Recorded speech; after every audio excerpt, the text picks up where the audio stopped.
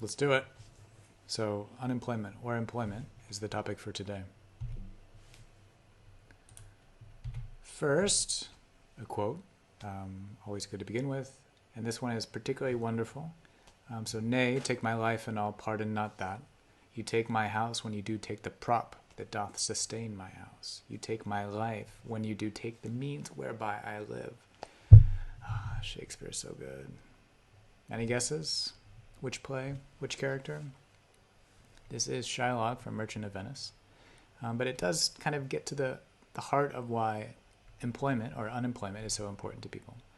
Because it is often, for many people, that thing that sustains their life or their livelihood, their ability to support their family. So it's very, very important. Okay, so an extension of why I care about this topic. It is, again, a means to live, so it pays for the things you need, but also it's a role. It gives you a place that people respect you for, or a role you occupy in a particular group or organization. It gives you an identity, maybe with your family, with your friends, in society generally. He's a doctor. She's an executive. Those types of things. Provides some measure of status. Depending on the country, different roles have different jobs have different status.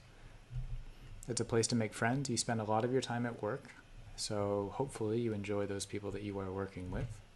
And for many, it's a source of meaning. Your life is richer, more complete, more content because of the work that you do. It's also very important for governments, which is why we study it in AP Macro. One film recommendation, this came out in 2008. It's a story, and if you can see up here in the top right-hand corner, it's a family. And the father in the family, he loses his job in Tokyo, but he continues to put on his suit every morning and leave the house, where initially he's sitting in parks, but he wants to maintain the facade that he's continuing to work, because it's so important for him to represent to his family that he's still employed, he's still able to provide. And this is maybe particularly acute in Japan, but it's true in many countries around the world. The twist in the movie is that he eventually takes a job as a janitor, and his wife discovers him, runs into him one day when he's working as a janitor. So again, questions about status and role and identity tied up in this movie, so I'd recommend it. Okay, a few unemployment statistics just to kind of set the stage. This you don't have to get too much detail into, but this is how the U.S. reports unemployment, which is what we care about. They report U1 through U6. So U3 is the one that you typically read about in the news. So the unemployment rate is 4%, for example. That would be the U3 number. And in this shadow stats diagram at the top, you'll see that the red represents U3. This is what's in the newspapers. U6 is a wider measure. It captures more people who aren't working. And you can see that U6 is a higher number, a higher unemployment number.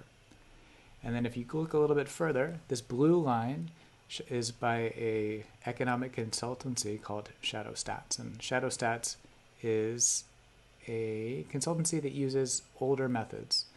So methods that the government previously used to calculate unemployment that they no longer use. And if you use the previous methods, you notice that unemployment is much, much higher.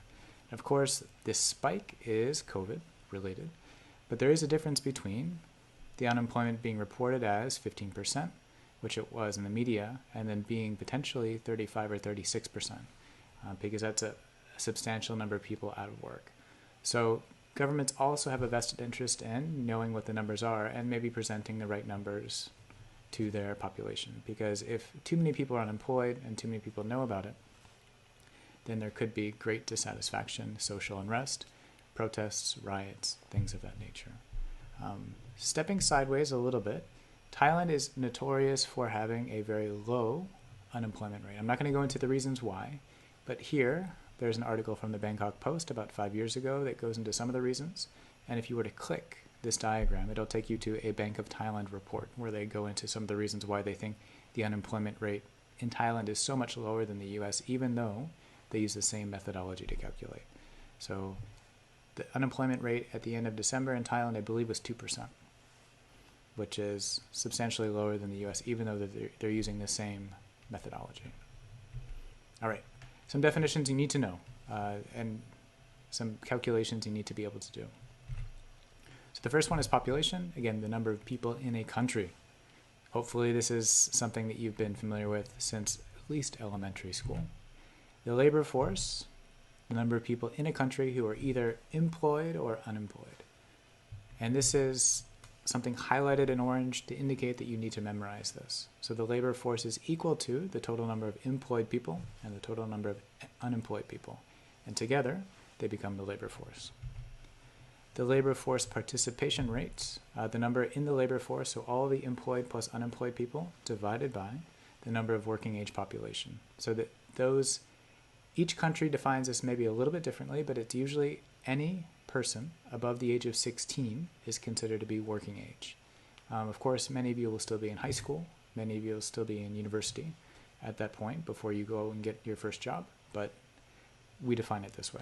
So in the US, that covers about 66% of the population.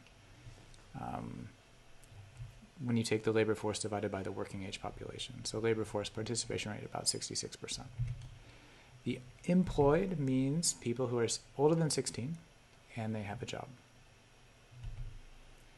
And this is where it gets a little bit tricky. And this is where maybe we're counting more people than we should, because it doesn't matter if that job is full-time or part-time. So full-time means you're probably working at least 8 hours a day. You're working maybe Monday through Friday, and you perhaps have benefits that go along with your job. It could be insurance. It could be savings or a pension. It could be transportation allowance, any number of things. But typically, full-time jobs come with better benefits than part-time jobs. Part-time jobs often don't have a lot of security. You may not know when you're going to be working part-time, so what hours you'll be assigned to work as part of that job.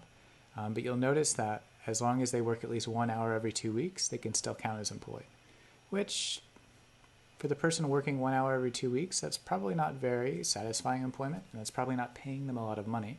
So they'd probably want to be having more substantial employment if they could. Unemployed. So people who are 16 years and older, and specifically they're jobless, they're looking for a job, and they're available for work in the last 4 weeks. So jobless means, again, you don't have a contract, you don't have employment, but you are looking for a job. So you are actively soliciting work. You're going to interviews, you're looking at newspaper postings, you're contacting companies, you're regularly submitting applications. So it needs to be an active process. It's not enough to scroll through your phone or your Instagram.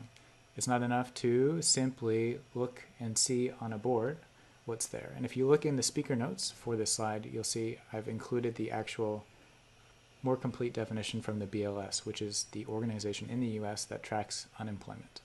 And I guess maybe one question to clarify right now is, how did they get these numbers? And what they do is they have 60,000 households on their list, and every month they conduct a survey where they ask members of these households about whether or not they're employed. And they have very specific questions to try to tease out who's actually employed, who's actually unemployed. And they're very good at asking these questions. But then 60,000 households is not the entire population of the US. So they're taking a sample. And if you've taken statistics, you know the dangers inherent in sampling. But they take that sample and then they scale up to the size of the US to estimate the overall unemployment rate for the United States. Is it perfect? No. But it's also not practical to go and ask each and every person in the US if they're employed or unemployed. All right, another definition to memorize. Unemployment rate is equal to the number of unemployed people divided by the number of people in the labor force. So again, for this, you would need to calculate two things. Identify if they're unemployed, and then you need to calculate the number of people in the labor force, the unemployed plus the unemployed people. And then not in the labor force, there are a whole bunch of people we don't count. Again, this will differ country by country, but we typically don't count kids. So those beneath the age of 16 or under the age of 16. Military personnel, because they are contracted to work for the government in a military capacity. They're not available to work, so we exclude them. Retired people, they are out of the working age population typically. Stay-at-home moms and dads, if you remember back to our talk about GDP, non-market production. They contribute a lot, but they're not counted, and they're also not counted in employment. Full-time students, so people like yourselves, once you're in university, you'll also be a full-time student. And then also people who don't do very much. A lot of the homeless aren't counted as well. And again, a few other odds and ends, but these are the general big categories of people who aren't included in the labor force. Normally this time we do an activity with M&Ms, and you get to eat the M&Ms, but because of COVID, we're not going to do it, but hopefully we can do it when we get back to school.